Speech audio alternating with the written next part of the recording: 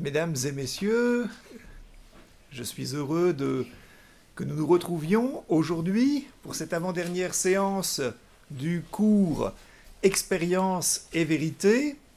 La semaine dernière, Jacques Besson nous a entretenus à travers la neurobiologie et en ouvrant l'espace d'une neurothéologie, il nous a entretenus de l'importance du corps comme médiateur et du fait qu'il n'y a pas d'expérience spirituelle qui naît de retentissement et d'expression corporelle, si bien que l'esprit joue sur le corps et le corps sur l'esprit, y compris dans le domaine spirituel, ce que l'on oublie parfois, et cela ouvrait de belles perspectives. Ce soir, nous entrons dans un autre domaine, qui est le domaine musical, et nous avons la grande chance de recevoir Xavier Dayer, qui est professeur à la Haute École des Arts de Berne, qui est compositeur et qui, aujourd'hui, va nous parler de la vérité dans sa relation à l'esthétique. La vérité est-elle mieux perceptible par l'esthétique? Alors, en le remerciant encore, je lui laisse tout de suite la parole pour 45 minutes environ. Merci beaucoup. Bonjour à tout le monde. C'est un plaisir d'être avec vous ce soir et de voir autant de personnes qui s'intéressent aujourd'hui à un thème tel que celui-ci, puisque ce n'est pas tous les jours qu'on a l'occasion d'échanger autour de thèmes aussi profonds, enfin j'espère qu'ils le seront. Le titre est assez impressionnant. Il m'a impressionné moi-même lorsqu'on a eu un échange avec Christophe pour le titre de cette... pardon, c'était pas voulu ça. Voilà. Pour le titre de cette présentation. Mais en effet, je trouve que c'est, pour ma part, comme compositeur, intéressant d'essayer de réfléchir à ce rapport qu'on entretient ou qu'on n'entretient pas avec une notion qui est très difficile à définir, qui est la notion de vérité. Alors, on va en parler. J'avais envie de commencer, vous avez vu, j'ai sous-titré, parce que le premier titre m'impressionnait un peu beaucoup, donc j'ai, pour aujourd'hui, remis un petit sous-titre « Pensée provenant du monde des sons ». Donc c'est plutôt, ce que j'aimerais partager avec vous, c'est plutôt un ensemble de réflexions. Et dans la deuxième partie, on aura l'occasion d'échanger et de voir vos réactions à ce que je vous ai raconté. Mais peut-être pour commencer, puisque c'est une pensée provenant du monde des sons que je vous propose, commençons simplement par quelques minutes de son avant que je parle plus et avant que je vous introduise même les sons que nous allons entendre.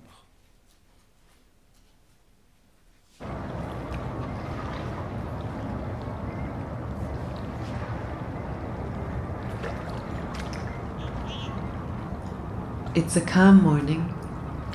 I'm on Kitts Beach in Vancouver. It's slightly overcast and very mild for January. It's absolutely wind still. The ocean is flat, just a bit rippled in places. Ducks are quietly floating on the water. I'm standing among some large rocks full of barnacles and seaweed. The water moves calmly through crevices. The barnacles put out their fingers to feed on the water.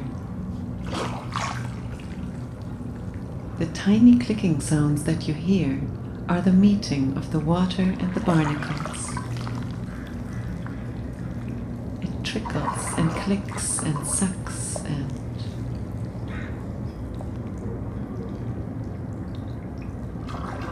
the city is roaring around these tiny sounds, but it's not masking them.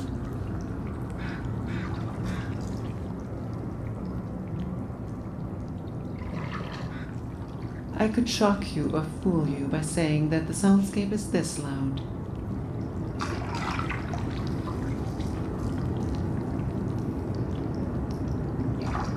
But it is more like this.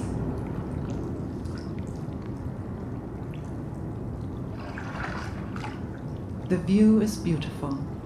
In fact, it is spectacular. So the sound level seems more like this.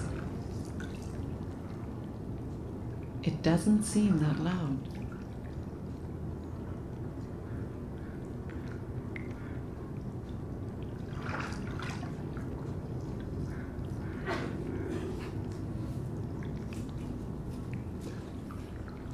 But I'm trying to listen to those tiny sounds in more detail now.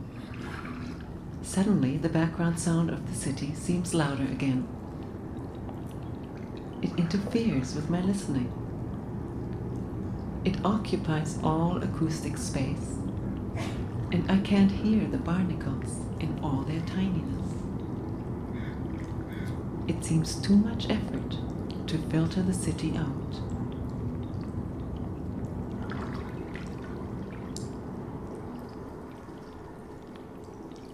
Luckily, we have bandpass filters and equalizers. We can just go into the studio and get rid of the city. Pretend it's not there.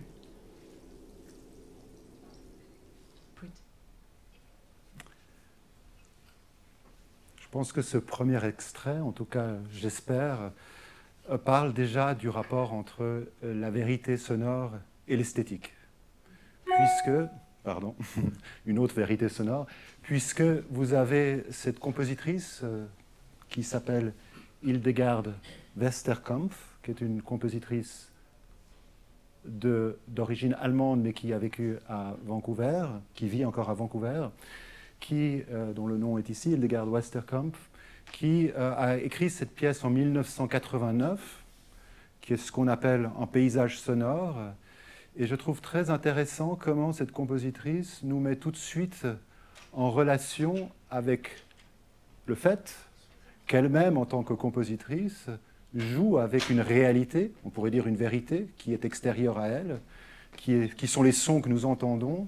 Et cette compositrice, elle dit à un moment donné, pour ceux qui ont pu bien entendre en anglais, je peux monter les sons de la ville, je peux baisser les sons de la ville, je peux mettre un filtre. Elle met en abîme, d'une certaine façon, le travail du compositeur, le travail de l'artiste en général, qui, sous une certaine tradition, est celui, on aime bien dire ça, même si on peut peut-être le contredire, mais qui serait celui qui fait une forme de traduction entre un univers réel et un univers esthétique. Mais cette traduction est remplie d'erreurs. Et c'est même ces erreurs, ces non-vérités, d'une certaine façon, qui font le contenu, on pourrait dire, d'une singularité ou d'une expression artistique. Donc ce petit exemple du début a aussi des résonances intéressantes pour nous aujourd'hui, puisque c'est une pièce de 1989, on est quand même bien après, plus de 40 ans après, et 30 ans après, et on réalise que cette question, on pourrait presque dire, de l'écologie sonore, du rapport qu'on a au son qui nous environne, est une question tout à fait centrale dans notre quotidien et aussi dans notre rapport à ce qu'on pourrait tendre à croire comme une forme de vérité, en tout cas comme les romantiques l'avaient perçu, c'est-à-dire ce côté originel de la nature, nature perdue et nature perçue en permanence comme quelque chose qui est en transition par les moyens technologiques, ici en l'occurrence l'enregistrement. Alors pour commencer cette question, comme j'ai mis ici, est-ce que les sons que nous entendons sont-ils vrais? C'est la première question qu'on pourrait se poser lorsqu'on entend un son, et c'est ce que cette pièce, j'espère, met un petit peu en avant. Qu'est-ce que sont, et ça rejoint peut-être les quelques mots qu'il y avait en introduction sur la question du corps et la question de l'esprit. Je n'ai pas pu m'empêcher de commencer ma présentation par une citation de Spinoza, parce qu'à mon avis, elle met en avant de façon, comme toujours chez lui, extrêmement puissante, les questions qui nous concernent aujourd'hui. C'est la question, d'une certaine façon, du rapport entre un objet et sa représentation, et en tout cas entre un objet et notre perception de cet objet, puisque l'esthétique fait appel à la perception de cet objet. Alors Spinoza est assez radical, comme souvent, puisque si on le suit, nous connaissons adéquatement un objet quand nous le construisons à partir de ses causes, quand nous le concevons, et quand donc nous le concevons. En revanche, la connaissance par les sens donc tout ce qui serait du domaine quelque part de la perception artistique, mais d'autres perceptions également, est forcément tronquée et incomplète. Ce que nous percevons par les sens exprime davantage notre propre nature que celle de l'objet perçu. Quand vous avez le soleil qui vous donne chaud, que savez-vous du soleil? Rien. Tout ce que vous savez, c'est ce qu'il produit sur votre corps. Donc vous n'avez les sens, selon Spinoza, ne nous donnent aucune indication valable pour comprendre les causes. C'est assez vertigineux puisque, quelque part, nous tous, nous sommes, comme le dit aussi Spinoza, nous sommes enfermés dans l'univers des signes et nous cherchons en permanence des signes pour comprendre où nous sommes, comme les gens qui aiment l'art, ils vont chercher des signes, ils vont se réunir dans une salle de concert pour chercher des signes. Mais en fait, Spinoza nous dit, rien, vous n'allez rien trouver, puisque la cause, en fait, n'a pas de lien avec ces sens qui sont diffusés. Donc d'une certaine manière, je pourrais m'arrêter là, et je pourrais dire, la vérité est-elle mieux perceptible par l'esthétique? Non. Et j'aurais terminé mon travail. Évidemment, vous ne seriez pas content et vous seriez venu pour une réponse un peu sèche, mais on pourrait quelque part dire, si la vérité est la vérité entre guillemets scientifique, la vérité de la compréhension des causes, l'esthétique et nos rapports sensibles ne nous permettent pas de nous en approcher, puisqu'au contraire, on serait, selon Spinoza évidemment, on serait enfermé dans l'univers des signes, comme il dit, et l'univers des signes est un univers inadéquat. Est un univers où on ne perçoit pas des vérités. Alors là, juste un petit, comme ça vous avez la référence de cette compositrice qui fait partie d'un grand courant de compositeurs qui ont travaillé à partir des années 80 sur cette idée d'écologie sonore et qui ont notamment travaillé sur l'idée qu'on est en train de perdre un certain nombre de sons, comme on perd un certain nombre d'espaces dans la nature, et qu'il est de l'œuvre de certains compositeurs, peut-être, de continuer à les préserver à l'intérieur de notre réalité. Alors, je me suis posé plusieurs questions en préparant cette présentation, et puis je vous propose simplement, sans prétendre répondre à ces questions, mais simplement, je trouve qu'elles sont intéressantes comme élément, enfin j'espère en tout cas, comme élément de réflexion par rapport à la question de l'esthétique et à la question de la perception. Vous savez peut-être que l'esthétique est un mot assez récent dans le monde de la pensée, puisque c'est un mot qui date finalement du 19e siècle, fin du 18e siècle et 19e siècle, mais auparavant on n'avait pas tellement ce terme d'esthétique, même s'il apparaît comme science. On a une chose qui peut-être peut nous rapprocher d'une forme de vérité, et en tout cas une forme de réalité, on va voir si ces deux mots sont proches, c'est le fait que le son est une immersion. C'est un mot qu'on utilise beaucoup aujourd'hui dans les disciplines de l'art immersif, c'est-à-dire quelque chose qui vous prend en entier. Et il est intéressant de voir, tout à l'heure, quand je vous ai introduit avec cette œuvre, la propriété du son, c'est que vous n'avez pas le choix. Vous avez subi ce que je vous ai mis. La seule chose que vous pouviez éventuellement faire, c'est fermer vos oreilles, mais il faut trouver une façon de vous protéger acoustiquement ou de quitter la salle. Par contre, ma diapositive, vous pouvez très bien ne pas la regarder. C'est-à-dire que le son a un pouvoir d'immersion beaucoup plus grand, et ça, c'est un facteur que d'autres arts, et ça, c'est un facteur qui, évidemment, a des conséquences sur l'esthétique, on en parlera tout à l'heure. Là, j'ai trouvé une citation qui me paraît assez puissante par rapport à ça, d'un philosophe allemand qui est tout à fait fascinant dans les domaines liés à l'esthétique, qui est Peter Sloterdijk.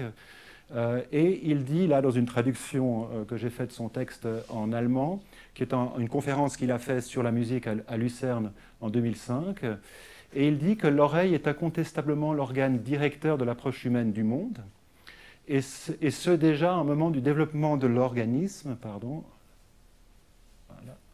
un développement de l'organisme où l'individu en tant que tel n'est pas encore là, pour autant que nous désignons par l'adverbe là la possibilité qu'un sujet se trouve face aux choses à une distance suffisamment grande pour indiquer un objet ou une circonstance. C'est un peu complexe, mais ça veut dire qu'il faut cette distance pour pouvoir quelque part avoir un objet séparé de la perception. Mais ce que je trouve surtout intéressant, c'est ensuite, or l'audition en général, même chez l'adulte, n'est pas tant en effet de confrontation d'un sujet à une source sonore, elle s'effectue comme une immersion de l'organe sensible et de son porteur dans un champ acoustique. Cela est encore plus vrai pour l'audition des enfants à naître. Alors, dans ce texte et dans cette conférence, Sloterdijk va beaucoup plus loin et il montre des choses qu'on sait dans le domaine de l'évolution du foetus et de la compréhension de l'évolution du foetus. C'est que l'organe de l'audition est le premier à être formé et d'une certaine façon, nous tous, avant même d'avoir vu, avant même d'avoir touché, nous avons été quelque part immergés dans des réalités sonores que nous n'avons pas choisies, hein, qui étaient là comme une sorte de force et d'imposition. Et cette réalité-là, dans ma réflexion, sont une forme de réalité à laquelle on ne peut pas échapper. Hein. D'une certaine façon, l'homo sapiens que nous sommes est condamné à une immersion dans le son depuis son plus jeune état de formation. Et même ce que Sloterdijk dit, ce qui est intéressant, c'est avant même qu'il puisse se séparer lui-même comme sujet d'un autre. Donc il dit que la musique serait le lieu d'une sorte de fusion où il n'y a pas l'un et l'autre, il n'y a pas encore de dualité hein, qu'on a par la vision, mais qu'on est dans une immersion, dans une sorte d'unicité. Je garde ça un petit peu, on va dire, dans l'air, mais c'est un élément, puisqu'on parle de vérité, cette vérité de l'immersion, nous tous dans cette salle, que nous le voulions ou non, elle a été une réalité, une vérité qui nous a constitués. Ensuite, les sons entendus auraient-ils une origine véritable? Alors ça, c'est une question pour les musiciens absolument centrale, ceux qui ont peut-être suivi des cours, soit d'histoire de la musique, soit de musicologie. C'est des choses peut-être qui vont être répétitives, mais je crois que c'est très très important pour ce thème de l'esthétique en musique de revenir un peu à ces fondamentaux qui ont tellement nourri notre histoire que même aujourd'hui, au XXIe siècle, les questions remontant au grec sont, je dirais, tout à fait actuelles dans la pensée esthétique du musicien. Qu'est-ce que je veux dire par là? Je veux dire que le rapport de la musique au nombre, chose qu'on lit assez souvent, elle a été théorisée très très tôt dans l'Antiquité, dès le IVe siècle, et on a cette fameuse, on va dire, adéquation ou cette fameuse similitude entre les proportions et la musique. Qu'est-ce que ça veut dire? Ça veut dire que Pythagore, Aristoxène et un très grand nombre de penseurs de l'Antiquité, repris ensuite par Aristote, ont vu dans l'étude du monocorde, donc de la simple corde, ils ont réalisé que certaines proportions à l'intérieur de cette corde produisaient des intervalles. La corde unique, la moitié de la corde. Et ils ont découvert, chose tout à fait empirique, hein, que la moitié de la corde donnait ce qu'on appelle l'octave. Hein, tous ceux qui ont fait de la musique voient l'octave, hein, quand on arrive à la même note. Donc ça, c'est très très important, et c'est assez vertigineux quand on y pense, c'est que l'intervalle est une relation. L'intervalle est un rapport, mais pas simplement un rapport entre deux notes, comme si vous vous mettez au piano et vous jouez une octave. Hein, vous pouvez me dire, mais qu'est-ce qu'il me raconte? Voilà, une octave, c'est ça, hein, au piano. Pas du tout. L'intervalle, tel qu'il est pensé au commencement, c'est un rapport du double. C'est un rapport de la moitié avec son double. Donc toute la pensée des Grecs disait cette sonorité que vous faites lorsque vous arrivez à une octave, elle est vraie. Elle apporte une dimension de vérité parce que, et là je reviens à Spinoza, elle n'est pas dans comment vous allez la ressentir, elle est dans une vérité, spinoziste dans ce cas-là, une vérité des proportions, qui est le rapport 2 sur 1. Et ce rapport 2 sur 1 va nourrir une universalité dans la théorie musicale qui est ce qu'on appelle l'équivalence de l'octave. C'est-à-dire le fait qu'après si, il y a do qui est la même note que le do dessous, pour nous en solfège moderne. Mais ce qui veut aussi dire que dans toutes les cultures, lorsqu'un homme chante avec une femme, s'il chante en unisson, ben en fait il chante en octave, parce que les voix sont réparties. Donc il y a une sorte de réalité de proportion dans l'octave qui est objective et qui ne dépendra pas de votre sens, ni de votre goût, ni de votre rapport esthétique. Et ils sont allés plus loin, et d'où ce triangle qui a tous les charmes possibles et imaginables du 10, composé de 1, 2, 3 et ensuite 4. Pourquoi? Parce que ça marche parfaitement bien dans cet univers des Grecs. L'octave est le 1, le 2, enfin le 1 c'est le premier son, le 2 c'est l'octave, le rapport de 2 sur 1, et ensuite on a le rapport de 3 sur 2. Alors il se trouve que lorsque vous faites un rapport sur 3 sur 2, vous divisez votre corde par 3, vous avez un autre intervalle qui a un caractère d'universel qui est la quinte. Do sol pour les musiciens, hein, une quinte, qui est aussi un intervalle qu'on trouve à l'intérieur de toutes les cultures humaines et qui a sa justification dans une vérité mathématique.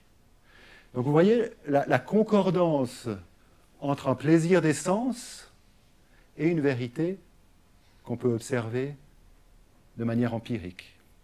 Et la même chose se passe quand on va diviser par 4 pour la carte.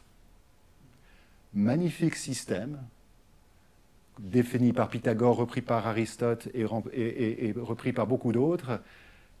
L'octave, la quinte et la carte, do, fa, sol, do, c'est juste, c'est vrai. Le canon est défini. Et ça va poser un gros problème. Alors je passe les détails, qui seraient des questions du tempérament, qui nous mèneraient jusqu'à demain. Mais il y a un problème que nous avons tous, et je pense que vous avez certainement, en tout cas je l'espère, tous chanté à un moment donné en groupe, c'est le bonheur de la tierce. On est tous heureux quand on chante en tierce. Et toutes les musiques populaires chantent en tierce. Mais le problème, pour nos doctes théoriciens qui vont être repris jusqu'au XVIe siècle, mais finalement toute l'histoire de la musique jusqu'au XVIe siècle, toute la théorie musicale n'est qu'un commentaire des Grecs, hein, comme l'histoire de la pensée, on ne fait que commenter Aristote. Hein. C'est l'histoire de la pensée avant la modernité, la glose, le commentaire. Eh bien, on a un gros problème, c'est que cette tierce qu'on aime tant ne rentre pas dans la vérité. Parce que la tierce, vous n'avez pas une proportion aussi pure que les premières. Ou alors, elle est fausse, mais là je passe les détails par rapport à cette question. Elle n'est pas la tierce qu'on cherche à obtenir, qui est la fameuse tierce pythagoricienne par rapport à la tierce pure. Mais je ne veux pas vous inonder de détails. Ce que j'aimerais que vous reteniez, c'est que ces philosophes ici, comme le dit Aristote en se référant à Pythagore, remarquèrent que tous les modes de l'harmonie musicale et les rapports qui la composent se résolvent dans les nombres proportionnels.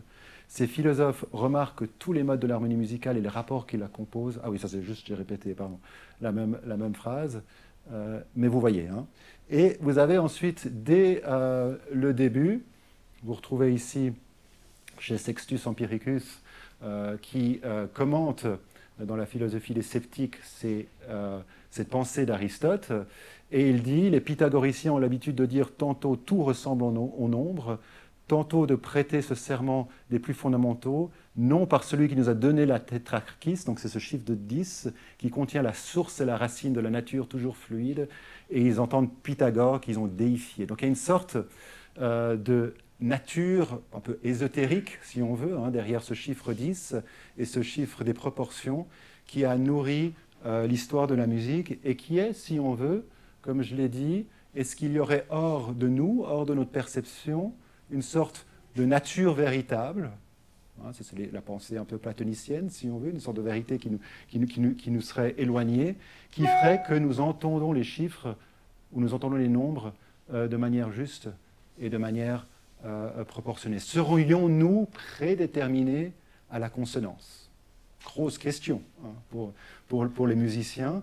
Est-ce que la consonance est-elle un élément culturel ou est-elle un élément plus que lié à l'humain, mais lié à des proportions qui existeraient dans la nature, au sens vraiment de la nature avec un grand N. Voilà, un premier élément, c'est notre immersion. Un deuxième élément, qui n'est pas lié à notre immersion sonore, c'est cette abstraction des nombres qui serait une autre forme de rapport à la vérité dans le phénomène acoustique. Il y a deux grands mythes, après, de la création de la musique chez les Grecs, qui sont quand même assez intéressants parce que cette fois-ci, ils se réfèrent à d'autres formes de réalité dans notre vie d'humain. On pourrait dire ça comme ça. La première, c'est, comme le dit ici Murray Schafer. Murray Schafer est aussi un compositeur canadien qui a d'ailleurs été le professeur de Hildegard Westerkampf qu'on a entendu au début, qui a écrit des magnifiques livres sur l'écologie sonore.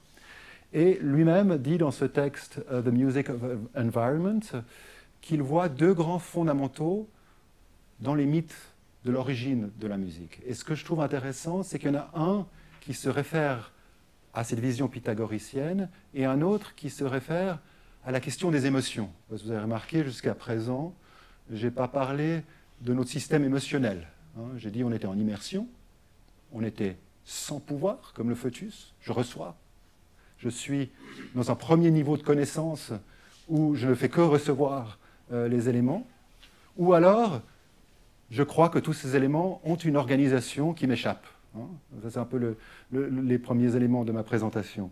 Et on a ici Murray Schafer qui dit non, la musique a deux possibilités d'origine. Et il se réfère en faisant lien à la 12e ode pythique de Pindare, l'histoire de l'invention mythologique du aulos.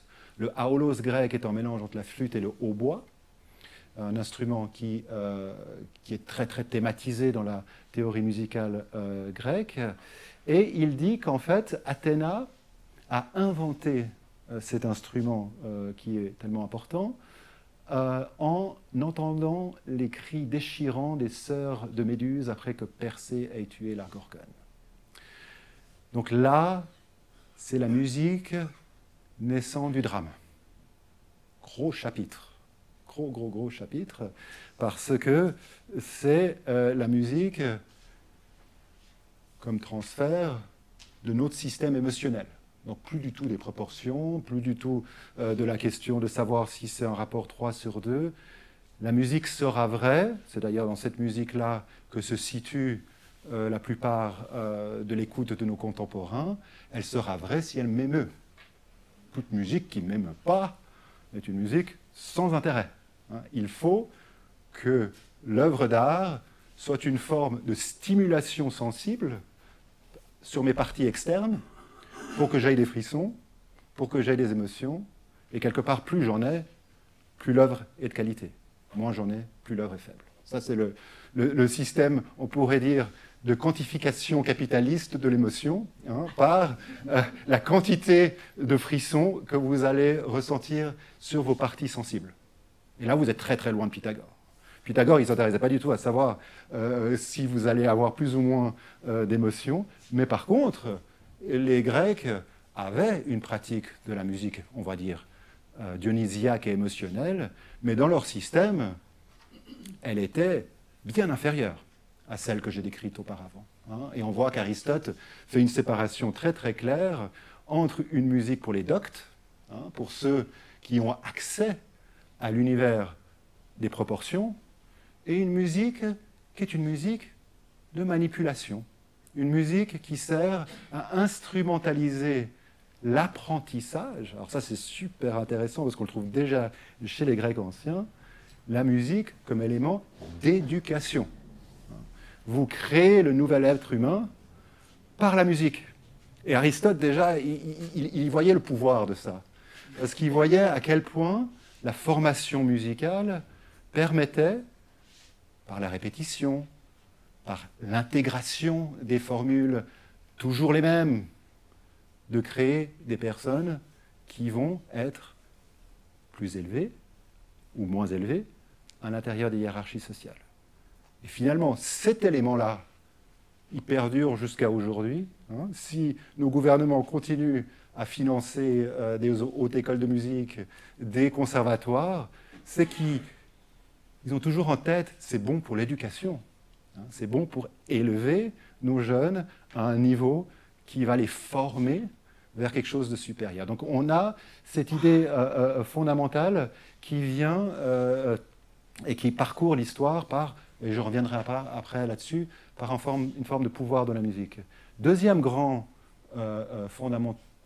élément fondamental dans la création de la musique, c'est cet hymne homérique d'Hermès, à Hermès, pardon, qui est proposé que la lyre, donc c'est déjà intéressant les deux instruments, le aulos et la lyre, aurait été inventé par Hermès lorsqu'il a supposé que la carapace de la tortue, si elle était utilisée comme un corps de résonance, pouvait produire des sons. Et vous trouvez ça vraiment décrit, les deux choses, vous les trouvez très très décrits, comme dans les deux textes, comme véritablement une découverte première. Alors ce qui est intéressant, c'est qu'ici on est dans la résonance, hein, et on est dans la lyre. Donc on est dans une autre, on va dire, dans une autre dimension esthétique que le aulos. Ça correspondait d'ailleurs, pour la musique chez les Grecs, à deux types de musique différentes. Et dans la pensée homérique, on a cette résonance qui va devoir se lier aux questions des proportions, d'une part, mais aussi, c'est une réalité qui est extérieure. La tortue est extérieure à l'émotion. Hein. On va découvrir le monde qui nous entoure, un petit peu comme Hildegard Westerkampf tout à l'heure, découvrir le monde qui nous entoure et chercher les résonances de ce qui est. Pas ce que nous exprimons, mais ce qui est. C'est encore une autre approche esthétique. Alors là, j'arrive, sera un grand chapitre. Chacun de ces éléments pourrait être développé, hein, mais j'ai toujours cette idée du rapport entre l'esthétique et le vrai qui guide ma pensée. Hein. Et les sons entendus auraient-ils une conséquence véritable? C'est-à-dire, lorsque je produis des sons comme compositeur, lorsque vous produisez des sons comme interprète, lorsque vous chantez, lorsque vous êtes musicien d'orchestre et que vous jouez pour un public, lorsque vous êtes une star de la pop et que vous jouez pour des stades remplis de 120 000 personnes venant écouter et payant très cher un billet, qu'est-ce qui se passe là derrière? Qu'est-ce qui se passe? Pourquoi il y a cette attraction encore aujourd'hui, hein, une époque numérique, le concert et les grands concerts ça marche, hein, ça marche très très très très bien. Les jeunes vont écouter, vont se rassembler pour écouter, voire parfois très très loin, un chanteur, une chanteuse qui a une aura absolument incroyable. Il s'exerce là derrière des formes de pouvoir absolument sensationnelles. Absolument sensationnelles, et c'était peut-être lié aux éléments que je disais au début, c'est-à-dire, et même si le mot peut-être ne fait pas plaisir lorsqu'on dit « Ah, la musique, c'est beau, c'est ça », mais la musique est un immense outil de manipulation. Et tout le monde l'a compris. Qu'est-ce la réforme grégorienne du IXe siècle, si ce n'est une préglobalisation? Il fallait à tout prix que tout le monde écoute la même musique au même moment dans la réforme grégorienne. Il fallait que vous chantiez votre Kyrie en France de la même manière qu'en Espagne, de la même manière qu'en Italie. Il fallait que le calendrier soit le même. C'est-à-dire que, et pour que le calendrier soit le même, pour que les dogmes religieux soient les mêmes, quel outil plus puissant que ce que vous allez chanter? Parce que vous allez chanter, vous allez le rechanter, le rechanter. Regardez la journée de la louange des heures des moines, et vous voyez que s'il y a une formation à la répétition, tout ce qu'on fait aujourd'hui n'est que peu de choses. Hein. C'est-à-dire que l'ancrage corporel de la répétition a atteint, dans la règle de Benoît, des sommets que peut-être on trouve uniquement dans d'autres pratiques monastiques. Ce que je veux dire par là, c'est que le pouvoir est immense et l'outil du pouvoir est un outil musical. Et ce n'est pas pour rien qu'un des livres clés sur la réflexion sur le pouvoir, c'est notre célèbre Jacques Attali. Jacques Attali, qui est toujours le conseiller du mardi soir de tous les présidents, que ce soit Nicolas Sarkozy ou Mitterrand, gauche ou droite, c'est égal. On fait appel à Jacques Attali parce qu'il a écrit ce livre en 1977, sociologue. Et c'est quoi? C'est un livre sur l'économie politique de la musique, et il a compris très très tôt à quel point la musique était une forme de dématérialisation des structures du pouvoir à venir.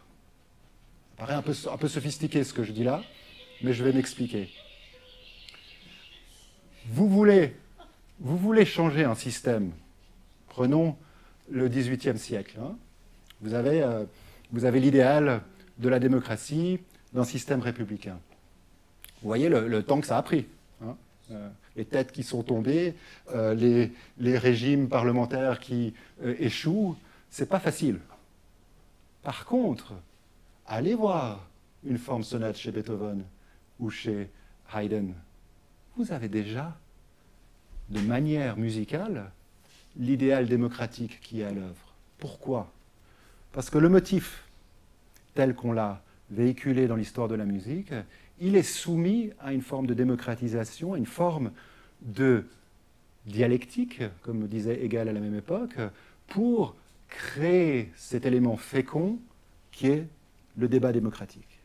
Ce que je veux dire par là, c'est que dans la forme musicale abstraite, les sociétés utopiques avaient déjà été créées avant qu'elles soient appliquées. Parce que c'est plus facile. Vous êtes seul dans votre chambre et vous constituez votre forme sonate. Vous ne devez pas convaincre des foules d'opposants. Vous ne devez pas faire rouler des têtes. Vous pouvez créer un monde à l'intérieur des sons. Ce qui veut dire que Jacques Attali nous dit, regardez dans la musique, regardez ce que font les musiciens, parce que vous avez des préfigurations de systèmes qui pourraient venir, parce qu'ils sont dans un monde dématérialisé. Et ils peuvent rêver de structures qui sont à venir par la suite. D'ailleurs, je reviens à cette réforme grégorienne, elle a eu lieu très très tôt par la musique. Pas que, mais une grande partie par la musique. Et c'est qu'ensuite que les formes politiques ont pu les confirmer. Donc toute musique, toute organisation des sons est alors un outil pour créer ou consolider une communauté. Tellement vrai ça, une totalité. Il est le lien d'un pouvoir avec ses sujets, et donc, plus généralement un attribut du pouvoir, quel qu'il soit. Une théorie du pouvoir exige donc aujourd'hui une théorie de la localisation du bruit, théorie de la localisation du bruit et de sa mise en forme. Outil de marquage de leur territoire par les oiseaux. Les oiseaux marquent leur territoire par le son.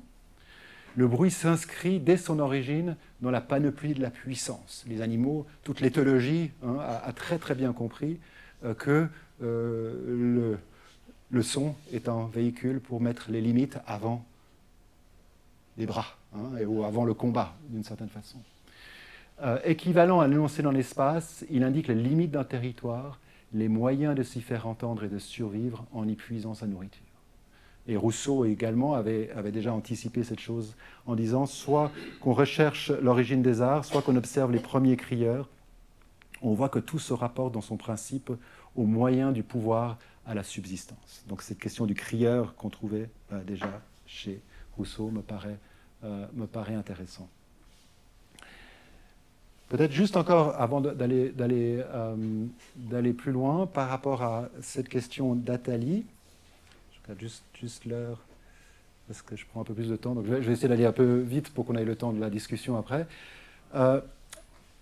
Attali cite, à un moment donné, un groupe industriel des années 50 qui s'appelait Muzak. Et Muzak avait créé ce qu'on appelle le ambient music. Et ils avaient comme objectif de pouvoir influencer nos comportements de consommateurs dans le monde entier par les musiques qu'on va nous mettre quand je sors, quand je rentre, quand je vais dans l'ascenseur. Tout ça est calculé dès les années 50 par ce groupe Muzak. Et il cite une phrase que je trouve très touchante. Dans le conseil d'administration de Muzak des années 50, « Our bigger competitor is silence ». Notre plus grand concurrent, c'est le silence. Je trouve que c'est une phrase absolument qui donne des frissons par rapport à ce que c'est la production permanente de sonorités dans notre monde, qui sont des constants appels de personnes qui veulent délimiter leur territoire. Donc là aussi, c'est loin d'être une pure abstraction des nombres, c'est une application très concrète de la musique. Et pour finir, comme autre élément que je trouve intéressant dans ces réflexions entre la musique et l'esthétique, c'est presque d'inverser la question.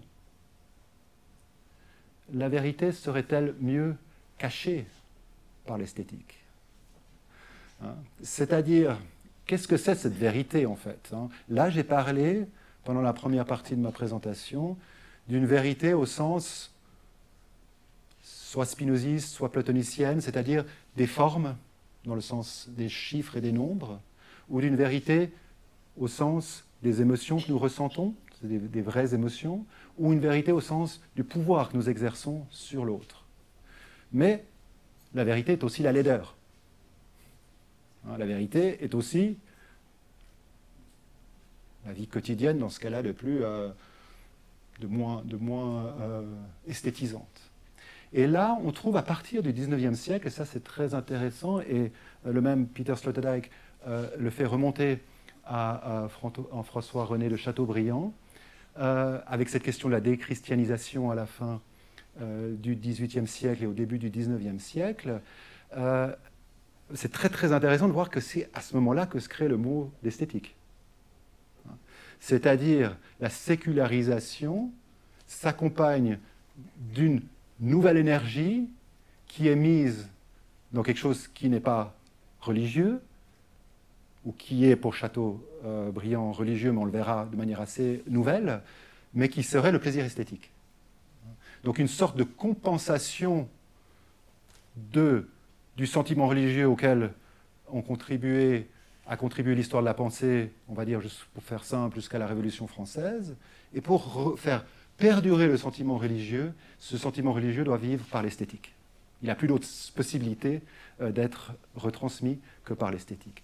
Et là, ça devient très très intéressant, puisque, comme l'écrit très bien ici Sloterdijk, lorsque François-René de Chateaubriand, sous le coup des pillages d'églises et de la politique de déchristianisation menée par la Révolution, célébra dans son œuvre Génie du christianisme de 1802, donc on est en plein période napoléonienne, le culte chrétien comme la matrice des arts de l'ancienne Europe, le culte chrétien comme la matrice des arts de l'ancienne Europe, il s'était déjà laissé saisir par le courant d'apologie esthétisante qui traversait son époque.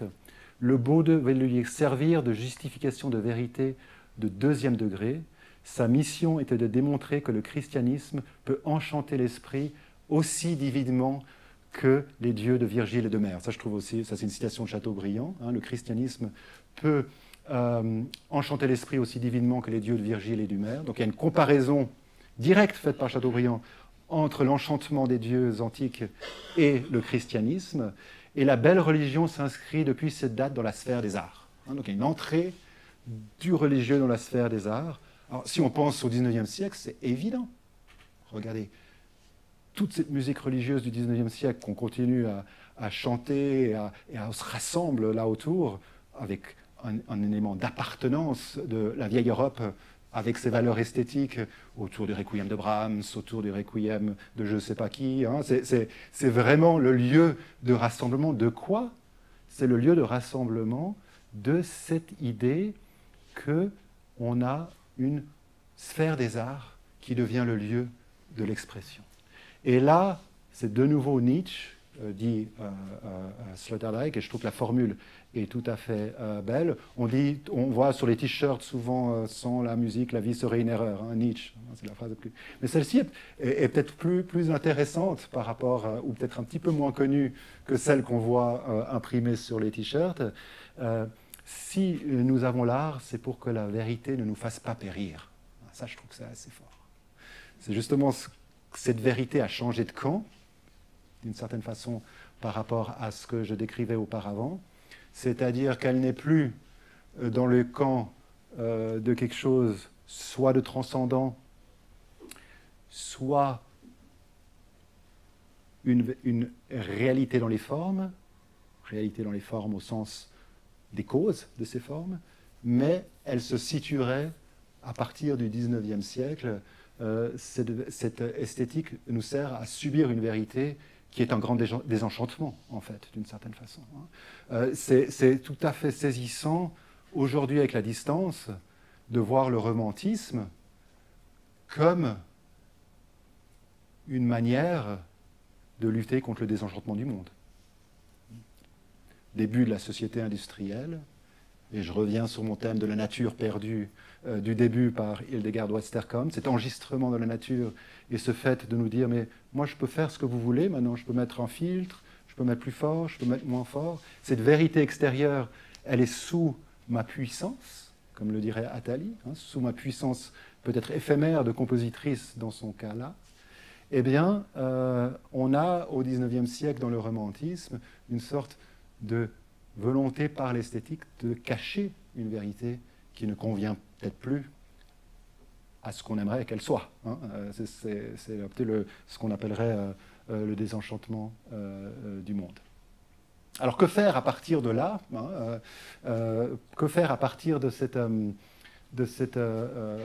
déplacement que j'ai tenté de faire peut-être un peu rapidement, mais en partant de certaines conceptions antiques pour aller jusqu'au XIXe siècle. Je suis tombé, d'ailleurs c'est extraordinaire d'écouter les cours d'esthétique de Deleuze, de Gilles Deleuze dans les années 80. Vous trouvez tout ça maintenant sur Internet et il est absolument fascinant à entendre.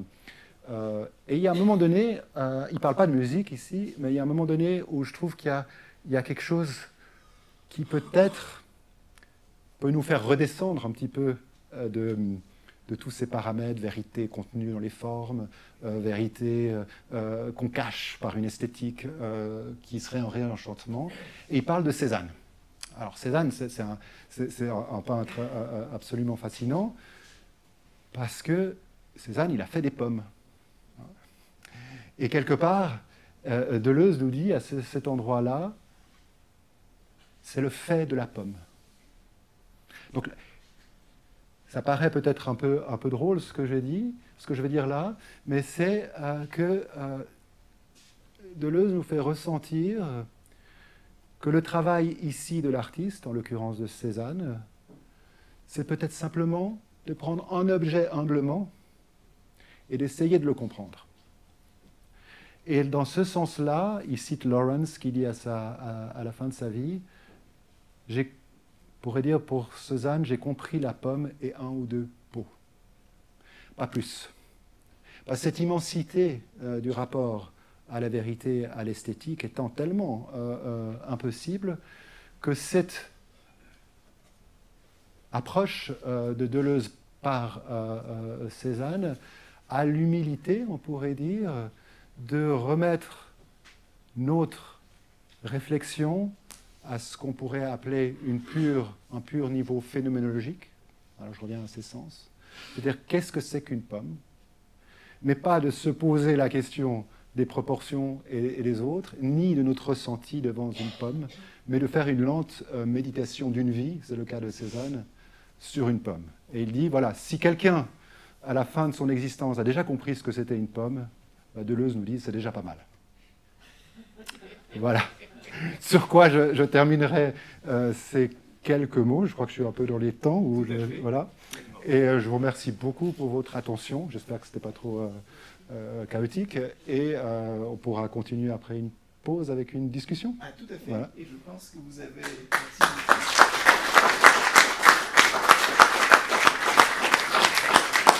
Je pense que vous avez ouvert plus d'une piste pour des questions et poursuivre la réflexion. Mais pour que ces pistes deviennent bien claires dans nos esprits, 10 bonnes minutes de pause. Voilà, là, ça semble À mon avis, ça marche. Okay. C'est bon. Donc je disais merci beaucoup parce que ça clarifie même mon propos d'avoir ces trois catégories qui sont tout à fait justes. Non seulement elles sont justes, mais je suis aussi content que vous fassiez là référence au travail du compositeur et pas uniquement de la personne qui tente de communiquer un message de façon orale, puisque je me cacherai d'abord comme professeur de composition. Je remarque chez les étudiants très clairement ces deux choses, c'est-à-dire j'ai des structures qui sont tellement cohérentes que ça doit produire une bonne musique. Et ensuite on arrive à la répétition, on arrive au concert, et eux-mêmes sont déçus de ce qu'ils entendent. Et le public dit, bon, moi j'ai... Mais l'objet, ils disent, oui, mais l'objet est beau. L'objet, si je l'explique, il est parfait. Donc il y a un drame, et je le mettrai vraiment sous cet angle-là, c'est peut-être un drame existentiel, par le fait que la beauté des formes ne se reflète pas eins zu eins, de 1 à 1, dans la beauté sensible. Et quelque part, c'est un drame, mais c'est aussi tout ce qui fait le culte du génie. Et là, je reviens au XIXe siècle. C'est-à-dire que le grand, si on pense à ces grands noms qui ont des statues, hein, c'est de Mozart, Beethoven, c'est tous des gens où on voit une parfaite harmonie entre ces deux sphères que vous avez décrites, Bach étant peut-être l'exemple absolu de ce mélange. C'est-à-dire, vous pouvez à la fois, et ça je peux vraiment le dire en tant qu'enseignant et que professeur d'analyse, vous pouvez analyser Bach et toujours trouver ces proportions des formes, et en même temps, il y a cette réalité sensible qui fait que quelqu'un qui n'a jamais eu un cours d'introduction à Bach va aimer cette musique. Par contre, vous pouvez prendre une musique du XXe siècle où le compositeur va vous expliquer dans un cours comme ici, et vous vous dites ouais, c'est incroyable, tout est pas, et après vous n'allez rien ressentir. Donc il n'y a malheureusement pas de lien. Hein, et quand il a lieu, se passe ce que nous avons mis dans notre culture occidentale sous le terme du sublime, je pense. Quand cette rencontre a lieu. Mais combien c'est difficile, et combien c'est difficile lorsqu'il n'y a plus de pratique commune. Je m'explique.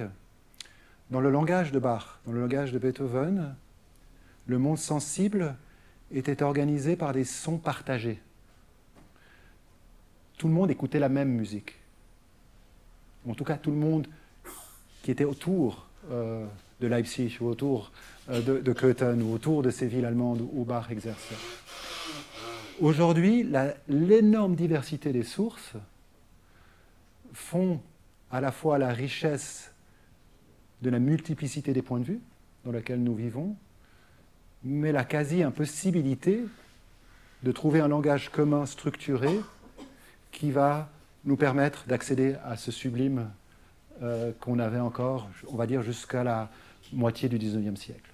Donc on a une sorte de mélancolie de cette époque qui est liée, pas simplement, je pense, au talent des personnes, mais qui est liée à des situations, on va dire, sur la grande histoire, de la perte du langage commun par la multiplicité des sources, qui crée par contre d'autres choses qui sont absolument fascinantes, mais qui sont plus du même ordre, du lien entre le sensible et le structurel, si je résume.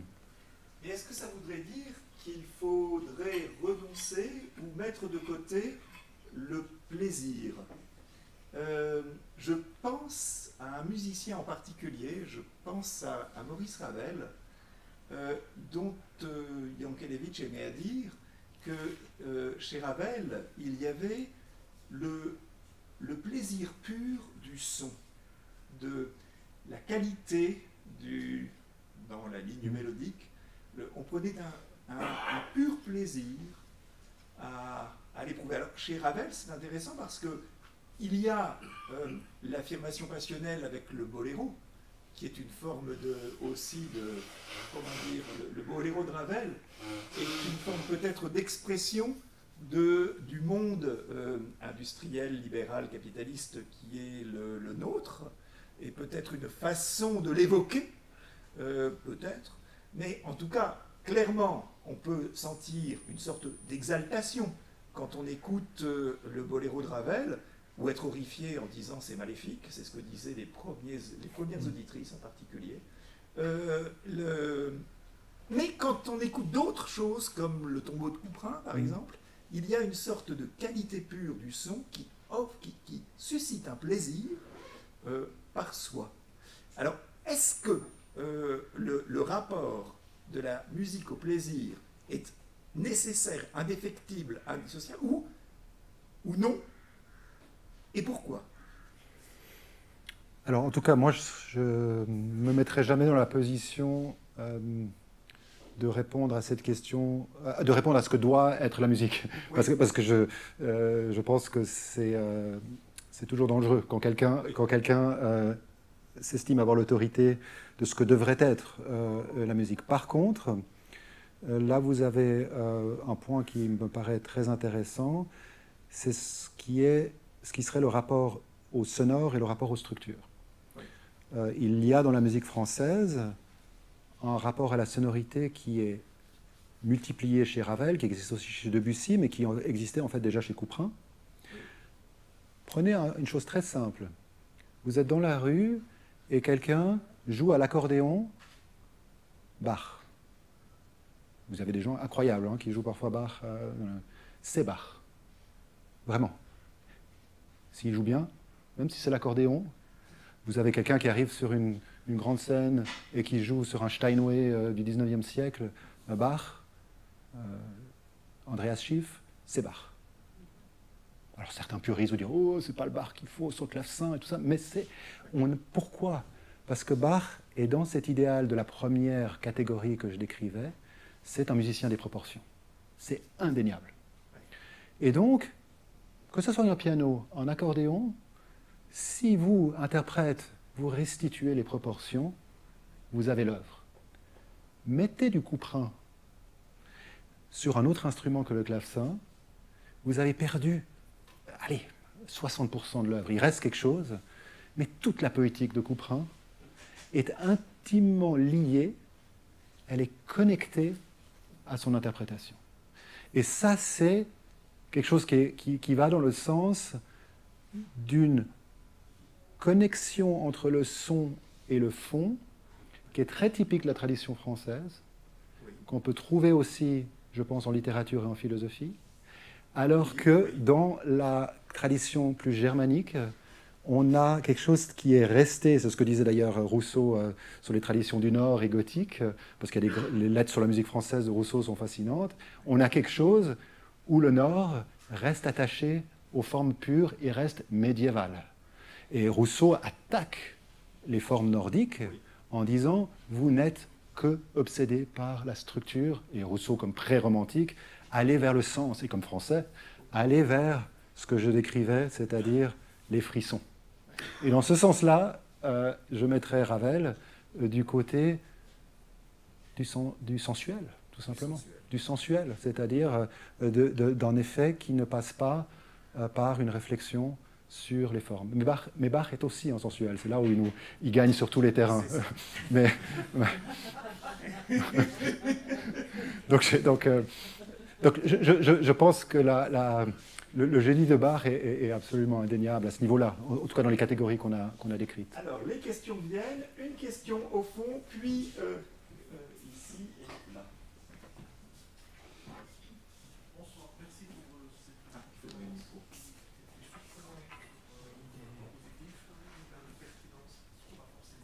Faut parler plus fort. Oui, en fait, tant que le micro n'est pas là. J'aurais trois questions. La première, est-ce que vous préconisez l'écoute de musique à l'école primaire? Parce que, à ma connaissance, ça n'est toujours pas le cas depuis que j'ai fait l'école en Suisse. Deuxième question, vous avez évoqué le lien. Excusez-moi. Donc la première question, je récapitule ici. Est-ce que vous préconisez les cours de musique à l'école primaire?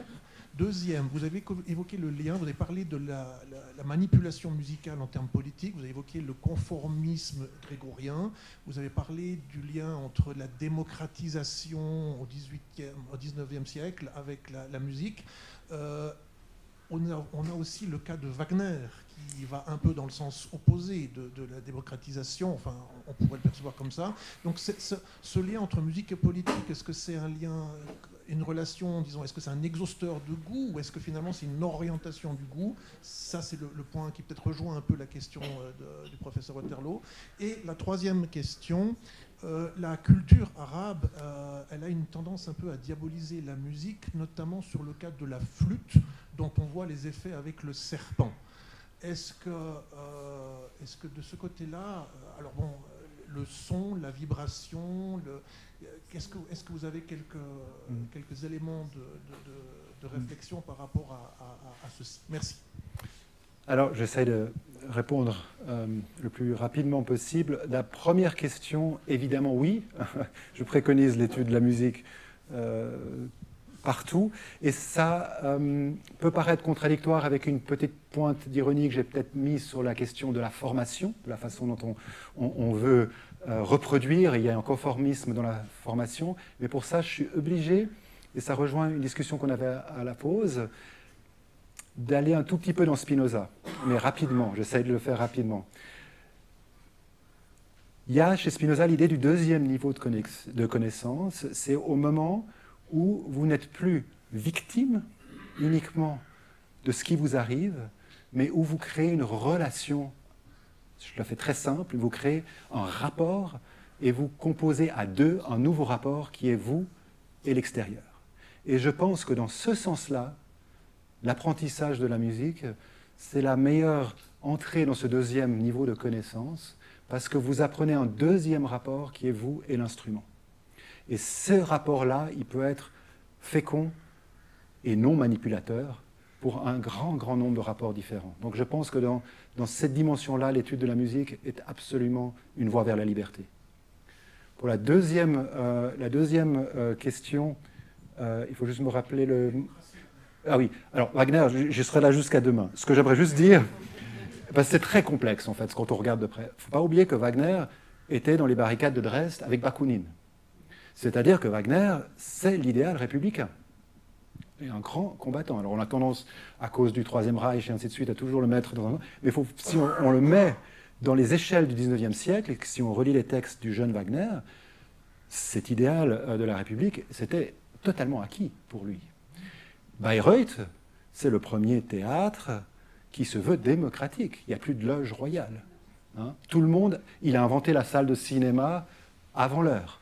Par contre, ce que Wagner, s'opposant aux monarchies et s'opposant aux privilèges, ce que Wagner, par ses passions qu'il mettait en avant dans la musique, a anticipé, c'est la manipulation des masses. Mais la manipulation des masses par l'esthétique. Et ça, les stades ou le commerce qu'on évoquait tout à l'heure, ou le fait qu'on a à la fois une production abondante de musique, mais un nombre très très réduit de musique écoutée de façon massive, c'est post-wagnérien. C'est-à-dire la puissance de l'addiction. Et les gens étaient addicts à Wagner. Il parle avec ces mots, hein, comme une drogue, hein, l'enchanteur de Bayreuth. C'est que la puissance de l'addiction au son, Wagner l'a compris, plus que tout le monde, et elle est à l'œuvre quotidiennement dans nos structures. Hein, c'est-à-dire qu'on utilise le son à des fins addictives. Et, dirait Spinoza, pour des passions tristes la plupart du temps. Hein. Mais c'est-à-dire, c'est un outil qui n'est plus dans la liberté de l'éducation, que je disais au début, mais qui est dans ce sens. Et la troisième question pour la flûte dans le monde arabe, ça recoupe tous ces principes du pharmakon, comme disaient les Grecs, c'est-à-dire la musique comme produit pharmaceutique. Et ils avaient une peur énorme de la musique dionysiaque. Parce que la musique dionysiaque, véhiculée par le aulos et les flûtes, était une musique qui menait à des pratiques non apolliniennes, problématiques du point de vue des mœurs et problématiques du point de vue de la République, hein, de la structure de la République. Donc il y a un lien qui est fait dans les textes d'Aristote déjà et qui est à mon avis encore à l'œuvre dans des cultures du monde aujourd'hui, entre certains instruments et leur pouvoir, on va dire, de dissidence par rapport à l'ordre. Et ça explique toute une thématique que je n'ai pas voulu aborder mais qu'on trouve dans la musique religieuse. À partir du moment, nous disait saint Augustin, lorsque j'écoute une musique et que je n'écoute plus les mots, mais que la musique, je commets un grave péché. Dit saint Augustin dans ses confessions. C'est quand même assez important. Et Calvin reprendra ça. Ouais. Et ça, c'est quand même une phrase qui est très très troublant et qui, à mon avis, résume beaucoup de choses qu'on a pu, ou commande beaucoup de choses qu'on a pu dire. C'est-à-dire que l'écoute musicale pure, comme disait aussi Thomas Mann, la musique, c'est le territoire des démons. Ça, c'est une phrase historique dans son discours de 42, aussi en réaction à la musique allemande de ce moment-là. C'est le territoire des démons, il avait compris ça, Thomas Mann, et Saint-Augustin aussi. C'est-à-dire que cet espace où vous perdez la claire compréhension de la prière, c'est un espace où on ne sait pas qui est en train. Donc toute la musique de trance que les Romains, les premiers chrétiens, ils étaient évidemment dans cette tension par rapport à la musique de trance, la musique chamanique. Et il fallait à tout prix s'en éloigner. D'où l'abolition des instruments de la musique grégorienne, d'où le fait que ce n'est qu'au jubilus du jour de Pâques que vous pouviez chanter des mélismes. Court moment. Le reste du temps, vous deviez rester dans une claire compréhension des mots. Donc la lutte augustinienne contre ce qu'on est en train de décrire, le plaisir esthétique qui nous mène dans le territoire des démons, elle est claire. Elle est claire comme l'eau de roche. Il n'y a pas de besoin, là, c'est même pas du commentaire que je fais, c'est vraiment un précepte. Et ça va dans toute la discussion de la musique instrumentale. Qui nous parle quand un joueur de flûte joue? Qui nous parle? Si je vous chante un credo, j'ai un lien avec la révélation. Et donc, dans la tradition arabe, le rapport à la révélation est évidemment très vivante. Et qui nous parle quand un joueur de flûte vous émeut? Est-ce que c'est lui? Est-ce que c'est un démon? Est-ce que c'est une force positive qui parlerait par lui? On ne sait pas qui nous parle. Et cette absence d'origine est une chose tout à fait vertigineuse. En contre-exemple, on a le film La Mission où la flûte est utilisée justement pour faire la promotion du christianisme. Oui, alors je ne sais pas si ma question a un rapport avec la question précédente. Tout d'abord, merci pour ce parcours que vous nous avez fait sur ces rapports entre vérité et musique, un parcours passionnant, où je vous ai bien suivi. Juste à la fin, j'ai eu plus de peine à assimiler ce que vous avez dit, surtout lorsque vous dites les sons entendus auraient-ils la vertu de nous protéger de la vérité? Je me demandais le sens que vous donnez à protéger. Est-ce que c'est une manière de répondre justement à la question de départ ou c'est plutôt la musique qui nous ouvre à la vérité? Et puis j'avais un arrière-fond, là, l'expérience de ces jeunes qui sont sous l'emprise de la drogue et puis qui sont menés par des éducateurs en montagne, dans la nature, pour écouter du grégorien. Voilà. Et puis est-ce que ce grégorien les protège de la vérité? Est-ce qu'il les ouvre à la vérité? Comment vous voyez ça? Alors, c'est vrai que j'étais un peu rapide sur la fin, et je suis tout à fait conscient que c'était peut-être pas évident de me suivre. Ce que je voulais dire par cette idée de protection, c'est je me référais à cette phrase de Nietzsche, où quelque part, la vérité, c'est un grand mot, et la première réaction qu'on a quand on entend le mot vérité, je ne sais pas pour vous, mais c'est de penser à soit une vérité théologique, soit une vérité sacrée, quelque chose de beau. Et Nietzsche inverse, comme souvent dans son type de pensée, pour nous dire, mais la vérité, c'est aussi la laideur. La laideur est vraie. On le sait tous. Elle n'est pas plus fausse. C'est pas la beauté qui est vraie et la laideur qui est fausse. Et notre monde, et particulièrement à partir du 19e siècle avec les sociétés industrialisées, prenez les usines, Liszt réagit énormément aux usines et au début de la société industrielle. Ce monde devient de plus en plus moche. D'où l'idéalisation de la nature. Si Wagner va s'installer à Tribschen, à côté du lac de Lucerne, pour se mettre devant la nature, c'est bien parce que derrière lui, cette nature est en train de disparaître. Et lui, il veut les places. Si les Anglais vont se mettre dans ces belles maisons de montagne, c'est parce qu'ils sentent bien qu'à Londres, ils sont en train de mettre du charbon partout, et qu'il faut aller chercher. Donc le romantisme est une histoire de préserver ces lieux. Et dans ce sens-là, je disais, le son, ou l'art en général, il faudrait dire, mais le son des romantiques, c'est ça que je voulais dire, ce beau son qu'on aime tant, pour ceux qui sont mélomanes une grande partie du plaisir musical du 19e siècle, ce son-là, c'est un son qui peut-être nous cache plutôt la vérité, et pas forcément qui nous révèle la vérité, mais qui nous permet, comme dit Nietzsche, de survivre à la vérité. Hein. Parce que, très prosaïquement, hein, elle enlève les souffrances, on pourrait dire. J'ai volontairement pas repris le terme du pharmakon grec, au sens thérapeutique, mais plutôt au sens d'une esthétique qui nous cache les duretés. Et ça rebondit très bien avec votre exemple de rééducation de personnes en difficulté, parce qu'à mon avis, on fait appel aux mêmes vertus. Vertus de protection. Qu'est-ce qu'on fait avec des personnes qui sont en souffrance? On va les amener dans un beau lieu, on ne va pas les amener, je ne sais pas, à Sarcelles, on va les amener dans un lieu de beauté, un lieu préservé. Et qu'est-ce qu'on va faire? On va leur amener des musiques qui seraient préservées. Donc c'est tout à fait naturel, et c'est à mon avis une façon de comprendre l'individu qui est tout à fait proche de cette catégorie du 19e siècle, qui est l'esthétique pour nous protéger de la vérité. Dans les deux cas. C'est la réalité pour vous. Dans ce cas-là, ce serait la réalité, oui. Oui, absolument. Et alors, est-ce qu'on devrait éloigner totalement de la vérité, ce qui permet de renforcer ou de redonner un élan à la vie? Si quelqu'un dit, quand j'écoute du Beethoven, du Schubert, du Schumann, du Mendelssohn, du Liszt, du Chopin, je me ressource. Et là, je me sens à nouveau repartir heureux, épanoui. Est-ce que, puisque ça favorise la vie,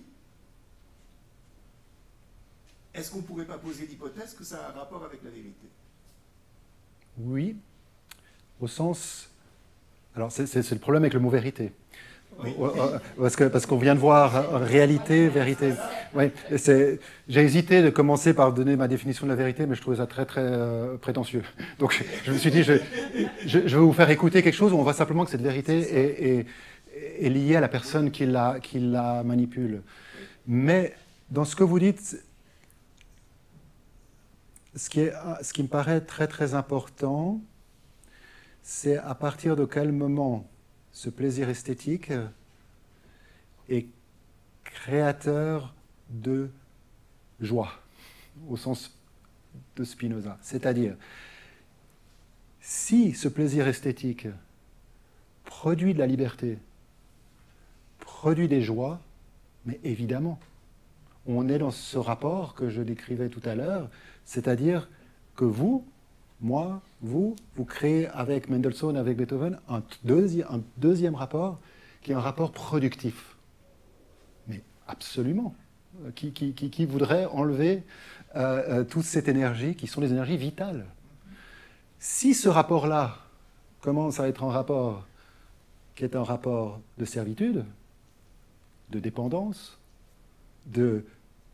d'aveuglement, s'il vous empêche, alors là, il commence à y avoir un problème. C'est pour ça que je reviens à cette phase de Spinoza. Ça nous apprend plus sur qui nous sommes, sur ce qu'est Mendelssohn ou ce qu'est Beethoven. Ces sens que nous recevons sont liés au perceptif.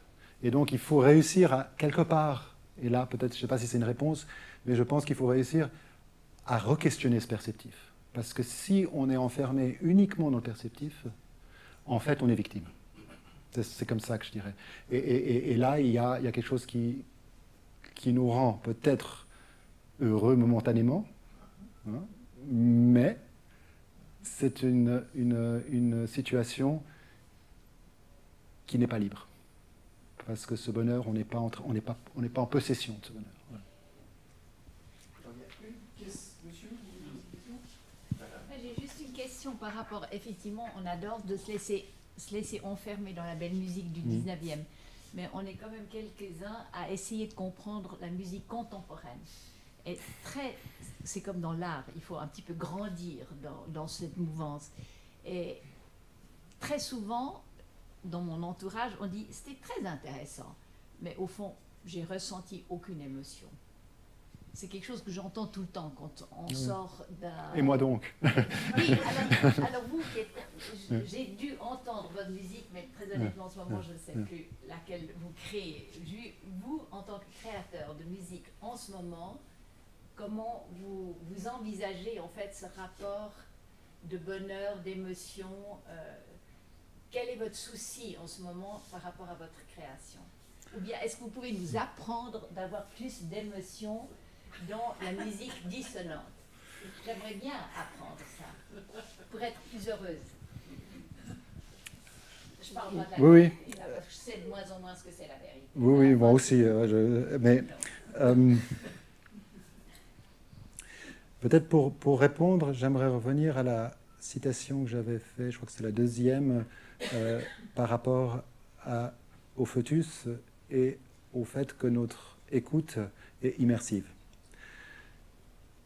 Il se passe un grand drame dans le monde de l'audition, c'est la naissance. La naissance. Lorsqu'on naît, on sort d'une situation de protection des sons vers un monde ouvert. Et ce moment de la naissance, c'est une hypothèse que je fais, mais qui est corroborée par passablement de spécialistes, ces cris du bébé naissant, c'est aussi l'angoisse de l'audition. C'est-à-dire qu'il y a un monde d'avant et un monde d'après. Pourquoi je prends ce raccourci, enfin ce non-raccourci plutôt, cette référence, c'est pour dire que dans la musique, c'est pas pour rien qu'on aime tellement la répétition. Tout le monde aime la répétition. Les auditeurs de musique du 19e siècle vont réentendre les mêmes œuvres avec des nouveaux interprètes, mais les mêmes œuvres. Les aficionados de musique pop-rock réécoutent les mêmes 4 accords toute la journée. Les moines grégoriens écoutent tout le temps la même chose. On aime ce qui se répète. Quand on reconnaît une pièce, on est juste heureux. Et le plaisir musical, c'est même de savoir, dans quelques mesures, dans quelques secondes, je vais avoir ce passage que j'aime tant. Et donc on peut s'organiser. Pourquoi? Parce que ça nous ramène à la musique d'avant, la musique connue. Alors on pourrait se dire, voilà, réécoutons toujours la même chose. Et c'est pour ça que je disais, le problème, pourquoi c'est si difficile? C'est parce qu'il y a une violence qui ressemble à la violence de la naissance. C'est-à-dire que le moment où vous... Et ce n'est pas simplement pour la musique contemporaine, ça je ne pense pas, parce qu'on trouve la même chose si tout d'un coup on vous mettait dans un concert de métal, ou si on met un musicien, un jeune qui écoute du métal et on le met dans une heure de chant grégorien. Il va souffrir. Et le mot souffrance n'est pas... Et employé à dessein, c'est vraiment physique, j'en peux plus. J'ai des enfants et je sais ce que c'est quand je les amène à des concerts de musique classique contemporaine. C'est une souffrance. Et donc, qu'est-ce qu'on fait par cette souffrance? C'est une souffrance qui est liée au nouveau. Les gens se lèvent au concert et ils partent. Ou bien on les coince avec du contemporain avant. Ça, c'est une méthode de l'OSR. En fait. On ne peut pas s'en aller. On est coincé. Mais je pense que si nous étions enfermés de la même manière au MAMCO devant une œuvre d'art contemporain et qu'on n'avait que cette œuvre, c'est pour ça que j'ai parlé de l'immersion au début, les souffrances d'une œuvre seraient pareilles. D'où cette importance de la musique comme immersion, qui est totalement liée à ce goût de la répétition, parce qu'évidemment, quand on est immergé, on n'a pas envie de changement. Mais alors comment on va au-delà? Parce qu'il faut aller au-delà, il faut rester avec son temps et il faut essayer d'aimer et de comprendre ce que vous créez en ce moment. Pas forcément. Si, moi j'ai envie de... Bah alors allez. Mais je veux dire, j'entends, c'est pas un devoir. Non, c'est une possibilité. Et si vous avez envie, c'est qu'à quelque part, j'imagine que cette répétition doit vous suffire. Sinon, vous n'auriez pas envie. Je prends un exemple. Je pense toujours à mes moines. Ces moines, ils ont chanté tout le temps la même chose. Mais tout d'un coup, il y en a un qui se disait « Ah tiens, si j'ajoute quand même une deuxième voix ici. » C'est les premiers, ce qu'on appelle les organums, les premiers groupes. Eh bien, c'est pas mal. Mais il y en a d'autres qui disaient « C'est horrible. » Donc il y en a toujours. C'est normal que ce soit peu de personnes. C'est complètement normal. Parce que il y a tous ceux qui répètent, et peut-être vous faites partie de ceux qui commencent à aimer cette deuxième voix qui vient se... Mais votre voisin, il va peut-être passer sa vie dans la répétition. C'est pas grave. Moi, je trouve que c'est pas grave du tout. C'est simple. Vous qui êtes créateur de musique en ce moment, je veux dire, Oui. vous avez quand même envie qu'on vous écoute. Donc la question c'est oui, Je veux dire, qu'est-ce que vous faites pour qu'on ait envie de vous écouter? que faire pour avoir envie d'écouter un créateur de musique contemporaine? Comment je répondrai à cette question? Si je fais quelque chose, c'est pas la question de la transmettre forcément pour tous.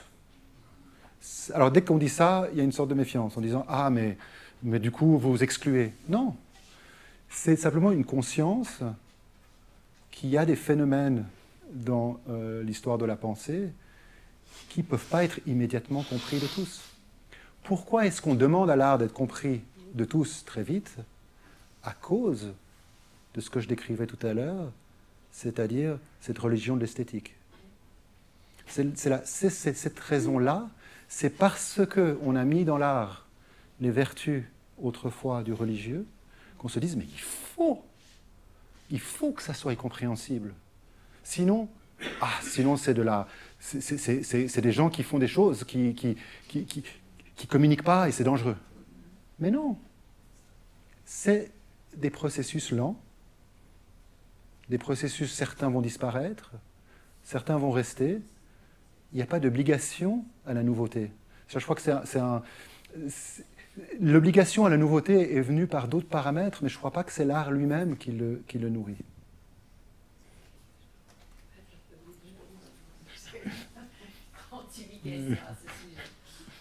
Qu'est-ce que vous cherchez quand vous vous mettez à composer, que vous désirez créer une forme musicale? Qu'est-ce que vous cherchez? Alors ça, c'est très variable en fonction des pièces. Et je pense que, et c'est pour ça que j'ai peut-être fini par cette métaphore de la pomme, il y a une sorte, là aussi il y a une répétition dans le travail de l'artisan. Moi je vois l'artiste beaucoup plus proche d'un artisan. Et il y a une volonté de polir ses vers, comme Spinoza polissait ses vers, mais de polir quelque chose. Voilà. On polit quelque chose. Et il se peut que des rencontres se fassent, que quelqu'un d'autre va dire « Ah ben, cette façon d'avoir poli me parle. » Mais je ne le fais pas pour que les gens... C'est pas un objet de vente. Ouais. Le but, c'est pas que les gens se disent « Ah, je veux ça ». C'est un objet qui a ses réalités, alors qui serait mais vraiment assez ennuyeuse à expliquer. Ce serait aussi ennuyeux que... C'est quelque chose pour expliquer à quelqu'un qui fabrique des tables, comment je fais ma table, comment je le fais. Voilà. C'est aussi modeste que ça. Mais vous êtes quand même heureux quand l'OSR vous interprète? Oui, bien sûr. Mais comme le fabrique... Ben oui, mais comme le fabrique... Mais le plus grand bonheur n'est pas là. Mais vraiment pas là. Évidemment que je suis heureux, je ne veux pas dire... mais c'est pas là. Le plus grand bonheur est de sentir comment la table, qu'est-ce que j'ai fait. Et c'est le plaisir que chacun d'entre nous avons dû avoir par des gestes artisanaux, c'est exactement le même. Pour employer un terme spinoziste, est-ce que c'est chercher à atteindre la perfection d'un certain être, c'est-à-dire son accomplissement, sa pleine essence? Oui, plutôt la deuxième partie, son essence, que de la perfection. Avec le mot perfection, quand je le retranscris en art, j'ai un souci. Il l'utilise, oui. Perfection au sens d'accomplissement, pas perfection au sens de meilleur. Voilà, c'est ça. Mais perfection au sens où il n'y a rien à ajouter. C'est parfait, non pas que ce serait meilleur dans un palmarès, mais il n'y a rien à ajouter, c'est accompli. Ouais. Dans ce sens-là, oui. Ouais. Dans ce sens-là, ce serait, dans mon cas, un élément. Bonsoir, merci. Ma question est la suivante. On entend très souvent dire que la musique est un langage universel. Or, est-ce que ce n'est pas plutôt quelque chose de strictement culturel? Je reprends l'exemple de Brahms, que vous citiez tout à l'heure. Si je fais écouter du Brahms à une tribu papou qui n'a jamais entendu de musique occidentale, est-ce qu'ils vont adorer cette musique ou est-ce que pour eux, ça va être incompréhensible ou voire inaudible? Je me souviens d'avoir écouté un concert avec un musicien qui faisait de la musique traditionnelle en Afrique, et on était à l'OSR, et il me disait « j'ai beaucoup aimé le début ». Puis j'ai essayé de décrire c'est les accords du début, c'est ça que tu as aimé. Il me disait « non, non, non, encore avant, encore avant ».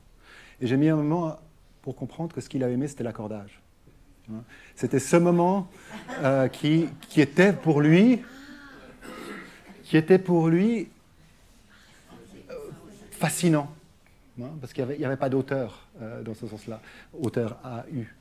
Et c'était un geste spontané. Et ça m'a toujours resté, parce que je trouvais ça très très beau sur les rapports qu'on met dans la musique. Donc, pour répondre à votre question, moi je pencherais beaucoup plus vers le culturel. Je pense que la musique est un élément culturel comme tout ce que nous faisons. J'ai pris la citation d'Atali où elle délimite des communautés. Et on est tout le temps en train de créer des communautés par la musique, mais de la même manière qu'une musique, et encore plus parfois les musiques de ce qu'on appelle les musiques du monde, c'est-à-dire qu'elles sont liées à des cultures qui ont leur code extrêmement fixe, et si on ne fait pas ça comme ça, on n'est pas dans le clan. Hein. Donc, la musique est un élément d'exclusion et d'inclusion. C'est un fait. Merci. Oui, bonsoir. Je voulais faire un parallélisme avec les mathématiques. Donc, je suis chercheur en mathématiques et quand je montre un résultat, je fais des démonstrations et il est légitime de se poser la question si je l'ai inventé ou je l'ai découvert. Je pense qu'un compositeur en musique peut se poser la même question. Qu'est-ce que vous en pensez ? Est-ce que vous découvrez la musique ou vous l'inventez ? C'est une très bonne question. J'aurais la peine à répondre par l'un ou par l'autre. Ce que je pourrais. Pas une question ni oui ni non. Ouais. Hein, mais... Par rapport à notre cours, ça fait beaucoup d'écho. Oui, oui. Est-ce qu'on découvre une réalité qui nous précède, ou est-ce qu'on la fait advenir et elle fait sens, mais elle n'est nulle part ailleurs que dans l'acte qui le fait advenir? Oui, vous pouvez remplacer le mot démonstration par vérité, en fait. Est-ce qu'on découvre une vérité ou on l'invente ?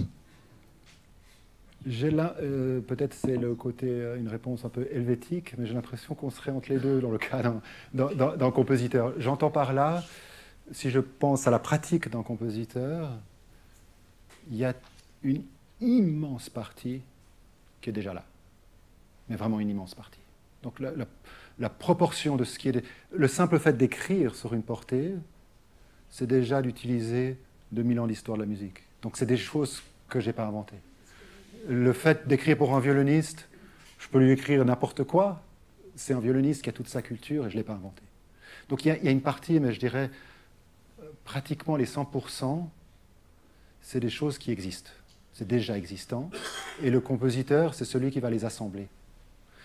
C'est peut-être ni l'un ni l'autre par rapport aux scientifiques, je dirais, parce que c'est peut-être plus une découverte dans une manière d'assembler de l'existant. Par contre, il y a des situations de changement de paradigme. La musique électronique. Là, il y a des changements qui sont pas simplement de l'esthétique, mais qui sont des réalités. Le fait qu'on puisse diffuser du son comme on le fait aujourd'hui, c'est des éléments qui changent véritablement la façon, mais on est toujours en train de travailler avec un immense instrument qui est le réel. D'où un peu mon association de vérité et du réel dans ma présentation, parce que c'est cette vérité du réel qui est un donné pour nous.